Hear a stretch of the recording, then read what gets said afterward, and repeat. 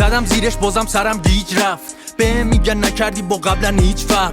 جای مداد یهو دیدم پیپره تو دستم، انگار قول دادم به خودم نشم آدم هیچ وقت خالی نباشه جام وسط لیست بدها. خوندم واسه دلم یهو دیدم ریخته پشما. گفتم میمونم تا هر جا بشه بعد وفا، حتی هنوزم که باز پرونده فتا.